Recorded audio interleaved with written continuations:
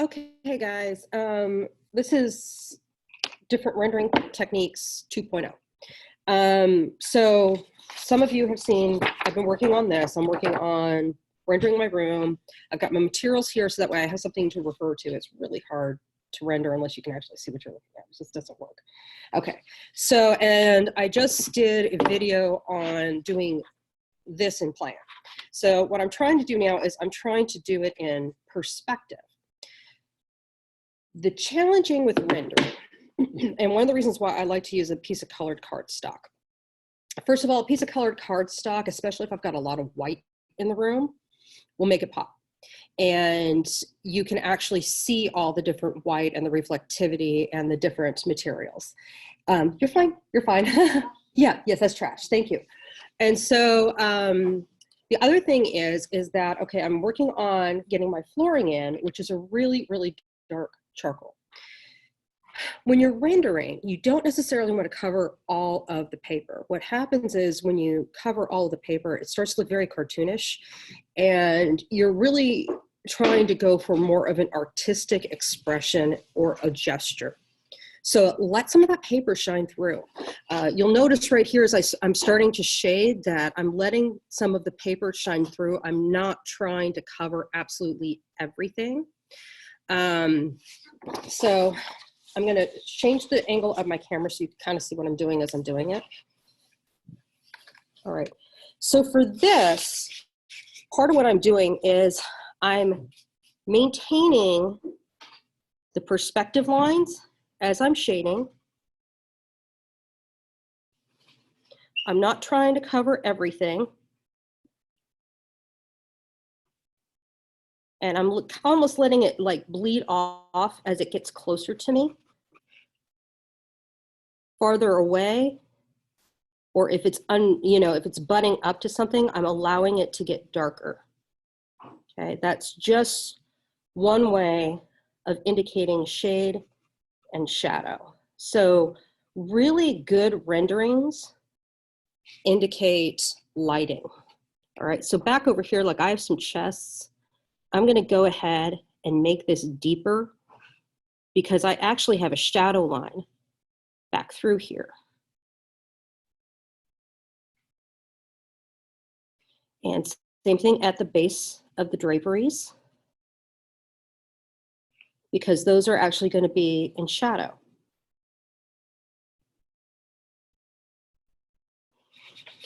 All right, and I've got some back here. Right, the next place I have to go is I have to get underneath where my bed would be and where it would cast these floors into a full-on, fairly dark shadow.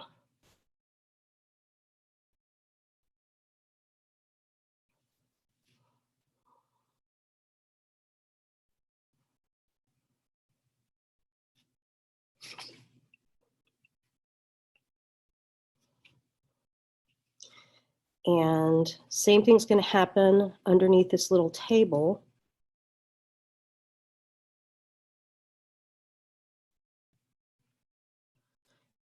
The other thing I'll do is I will do a very thin shadow line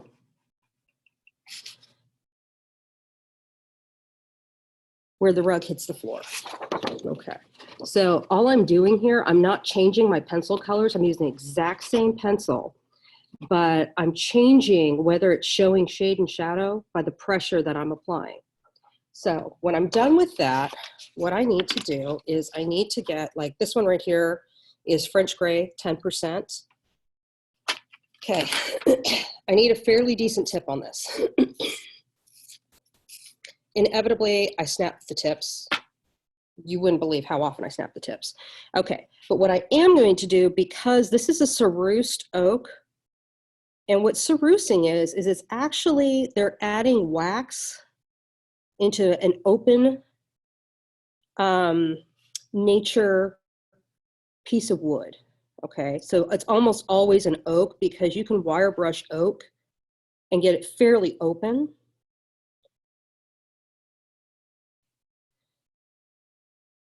But you have to remember, wood is a natural product, so your lines are going to be inconsistent. The closer it is to you, the more detail you're going to see. The farther away, less. But you also have to remember, and this is the tricky bit, keep following those perspective lines, because if you don't, it's not going to read right.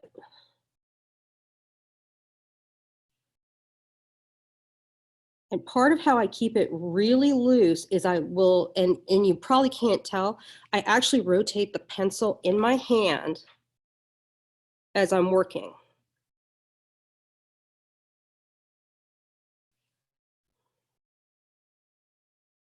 That keeps me from getting a super regular line, okay? So now you're starting to see some of the light graining for the wood. The other thing I need to do is I need to highlight where the seams of the wood are going to be, and I'm going to do this in a light color. I'm going to follow those perspective lines I already have on here. I'm not going to do real super consistent hard lines.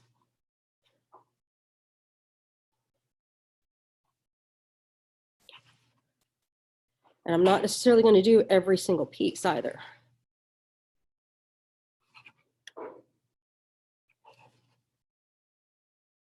Once again, we're going back to those gestures.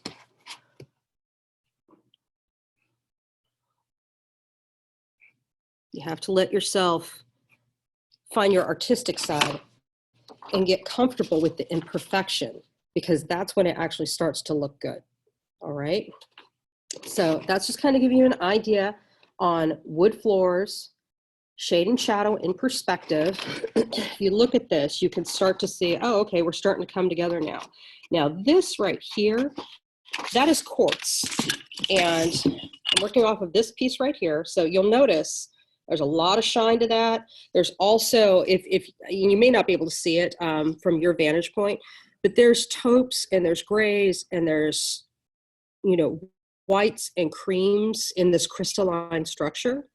So, and that is what's going to be on my fireplace. Now I kind of already started this, and part of how I did it is I went ahead, these are actually reflections, okay? Because that quartz, it's such a shiny surface, it is going to show reflections.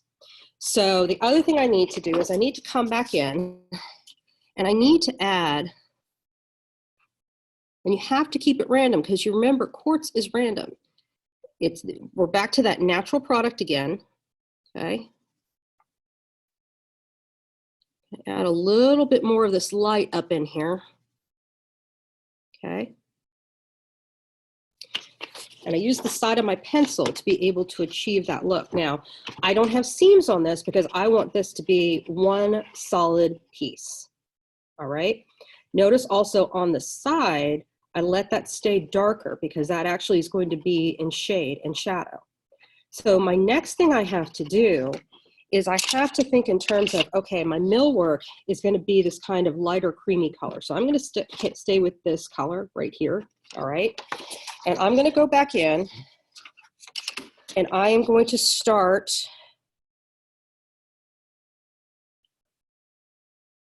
actually lightening up my millwork.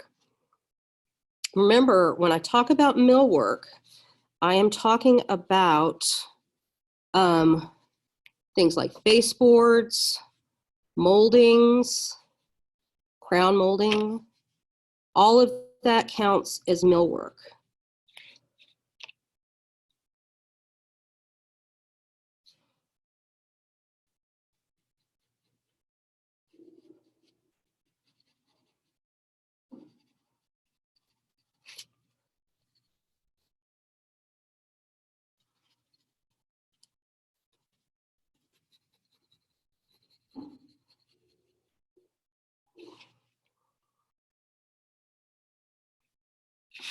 Okay, I'm also going to be working on the ceiling, because my ceiling, I'm actually going to have a recessed ceiling with silver leaf paper inset in that recess.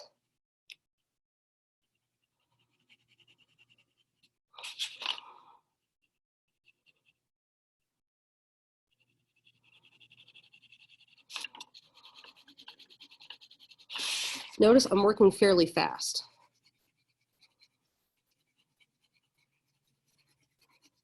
Okay, I'm going to pause for a minute now that you've kind of seen my technique, and I'll come back in just a minute. Okay, so I've gone in and I've detailed a little bit more. So really what I'm doing is, for the most part, I'm using this, which is a 10% warm gray. If it's somewhere that has a little bit more shadow to it, I'm adding this 30% cool gray. So like the inside part of these moldings, I'll add 30% cool gray, or like this bit right here, part of my molding, which would be, I'd do 30% cool gray. Now here's what makes it pop. And you got a couple options here. You can use a sharp white Prismacolor pencil to add highlights. And I actually use a straight edge when I use my highlights. Try to think in terms of where the light's going to hit. So for example, on the edge of the fireplace across from here, the light's going to hit that edge, and that I need a highlight right there.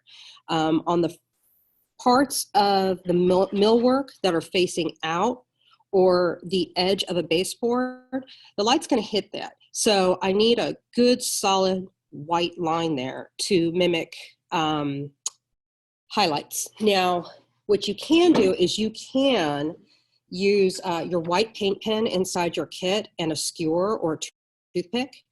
Put the paint on the toothpick and then go along, and you can add highlights that way too. Sometimes I'll do that for, if I'm mimicking glass also, I'll do it, it's my kind of my final touch to add sparkle. Now, the next thing I need to do is, I have silver leaf paper up here, so I'm actually going to use a metallic pencil to get that gesture of silver leaf. So let me actually sharpen this a little bit.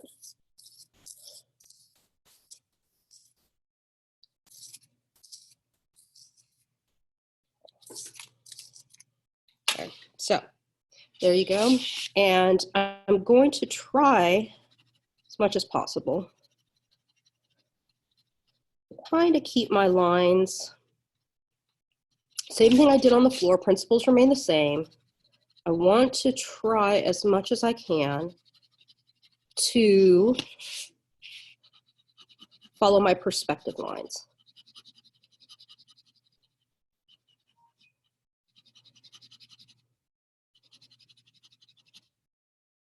Once again, I'm using the edge of my pencil.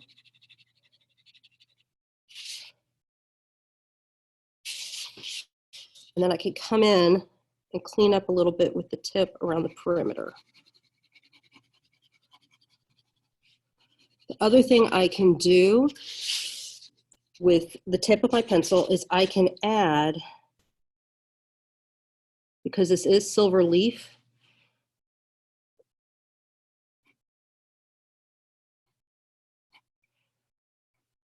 if you're going to do this, stick with your perspective lines.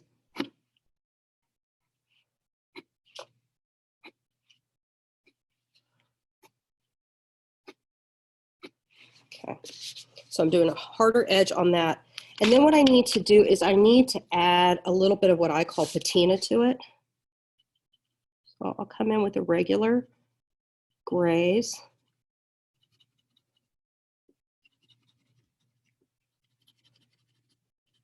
And just do some very random shading. Now, one of the things that I need to do, though, is I need to do a wash of highlight closest to where my light will be.